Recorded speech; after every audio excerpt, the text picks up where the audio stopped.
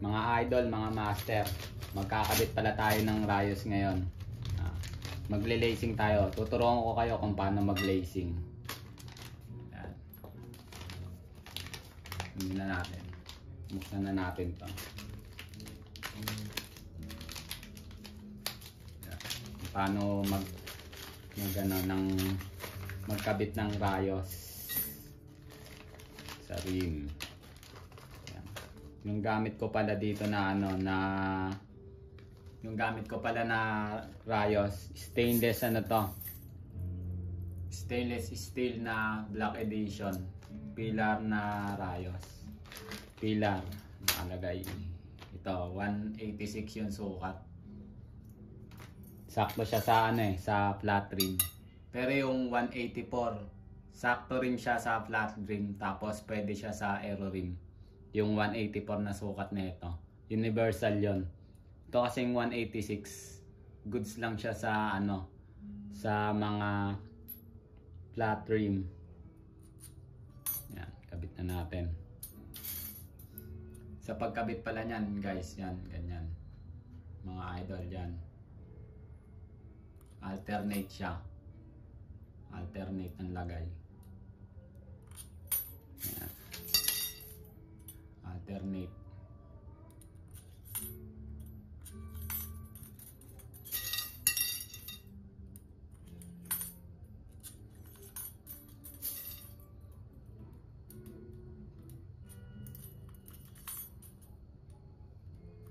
Yan. Diba, natapos nyo na yung yung ganyan. Yung meron isa dito, tapos merong hindi nalagyan. Yan, may butas yan. Tapos ang kasunod niyan, ito nasa ilalim naman, 'di ba? Yan, napapansin niyo yan. Ito, 'di ba? Yung nasa right side, yun yung lalagyan nyo. Ito. Para pag nag-cross kayo sa kabila, parehas ang mangyayaring crossing ng kabila. Parehas na magiging ganyan. Basta nakaganyan siya, magiging parehas na yung nasa ibabaw mapupunta sa papuntang kaliwa.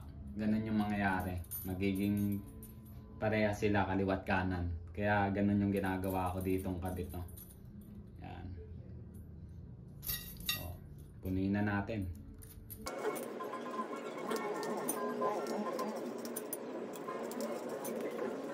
Yan. Pag nalagyan nyo na lahat, baliktarin nyo lang na ganyan. Yan. Tapos yung kabila naman.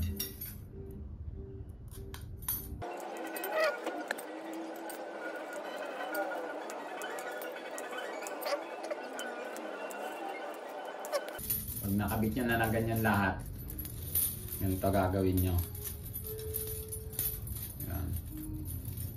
Para hindi sagabal pag magle-lacing kayo. Yan.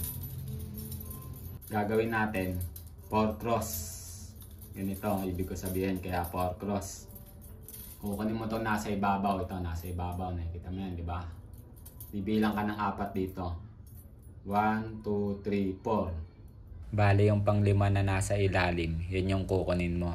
Tapos i-cross mo siya. Kaya ako tinawag na 4 cross. Dahil 4 na rayos yung hindi magagalaw. Tapos yung magkabilang dulo, yun yung i-cross mo. Magiging ganyan. Yan, i-cross mo siya. Yan o. Ito. Yung nasa ilalim, nasa ibabaw. Netong nasa ibabaw na flange na rayos. Yan, yun yan. Tapos pag magkakabit kayo dito sa sa rim netong rayos, gagawin nyo, nakikita nyo yan. Ito, sisimulan nyo sa pito. Yan. Tapos parang medyo nakaganon yung kabitan, di ba? Yung suksukan. Dito kayo sa right. Sa right ng rim ng lagay ng mga rayos. Yan. Tapos sisimulan nyo dito sa pito, yan o. Bali ilag nyo na ganyan. Para pag yung rayos, yan, nakaganyan lang. Nakaganyan sa may pito. Hindi magiging sagabal sa may bulb. Para yung pambomba, magiging maluwag sa lagayan ng rayos. Yan o. Ganyan mangyayari. Yan. Tapos, lagyan nyo na ng nipples.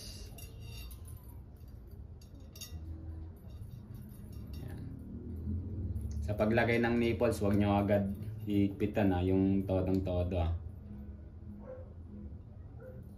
Basta nalagay nyo lang muna yung nipples para hindi agad maghahatakan. Yan. Tapos yung kasunod lang, ganun lang yung gagawin nyo. Yung kasunod na nasa ibabaw, yun yung kukunin nyo. Tapos yung kasunod na nasa ilalim. Yan. Yung kasunod na nasa ilalim, yan lang. Tapos ipagkocross nyo. Tapos ilalagay nyo ulit na ganito. Yan. Sa kasunod lang din. Yan. Bali ganyan mangyayari. Yan. Yan. Ganyan lang.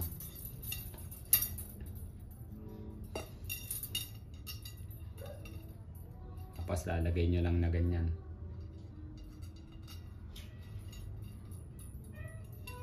Yan.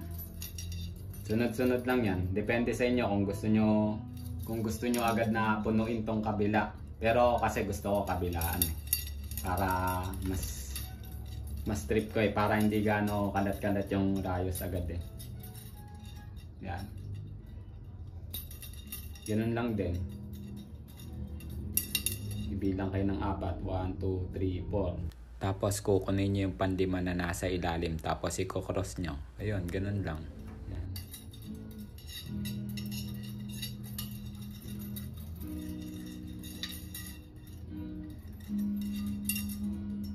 Yan, ganyan lang din. Diba? Lagay na natin. Para mabilis.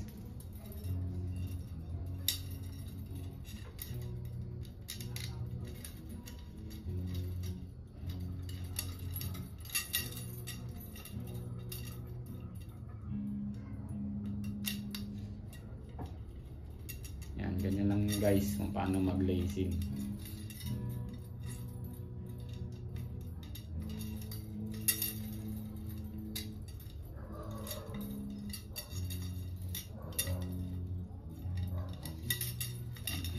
Sunod lang naman yan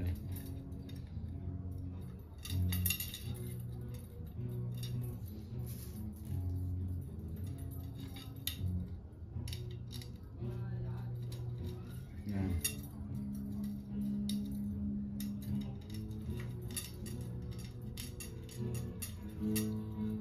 Ganyan kasi ako mag-lacing guys Gusto ko kabilaan siya agad. Nalalagay. Yan, nasa ibabaw. Tapos nasa ilalim yung kasunod. Yun lang din. Yan, Tapos i-cross mo, lalagay mo dyan. Yan. Sunod-sunod lang yan. May pattern siya. Kaya hindi ka rin malilito dyan. Pag once na nasimulan mo, sunod-sunod na yan dun sa mismong mga butas. Naka-pattern na yan. Yan.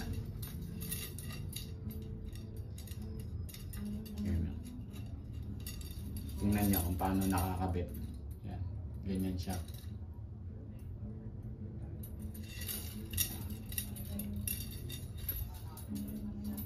Yan, sa ibabaw. Tapos, ito nasa ilalim. Yung magkakasunod lang naman yan Yan, ganyan lang naman guys magkabit. Kung paano mag-lacing. Yan. Yan.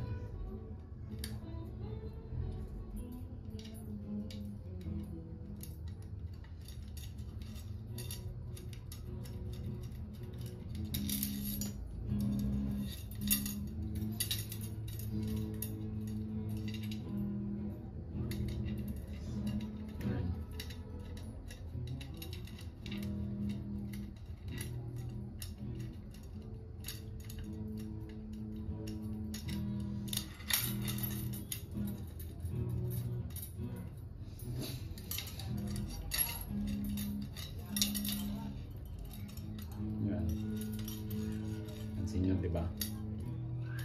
Pantay-pantay yan pag nakabit na yan.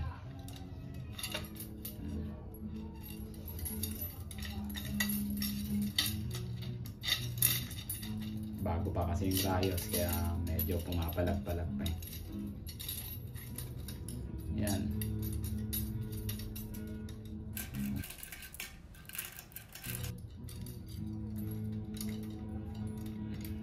Kabila yan eh, kasi yan yung kasunod eh. Yan. Kakasunod lang naman yan eh, hanggang sa maubos nyo na makabit.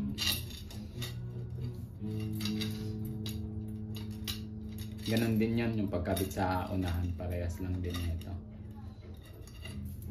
Ay no.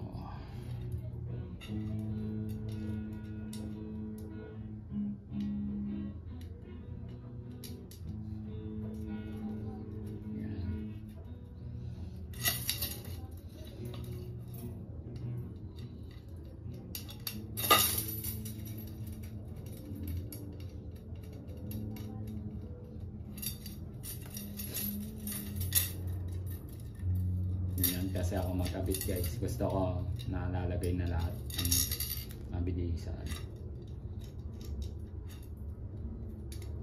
Yan.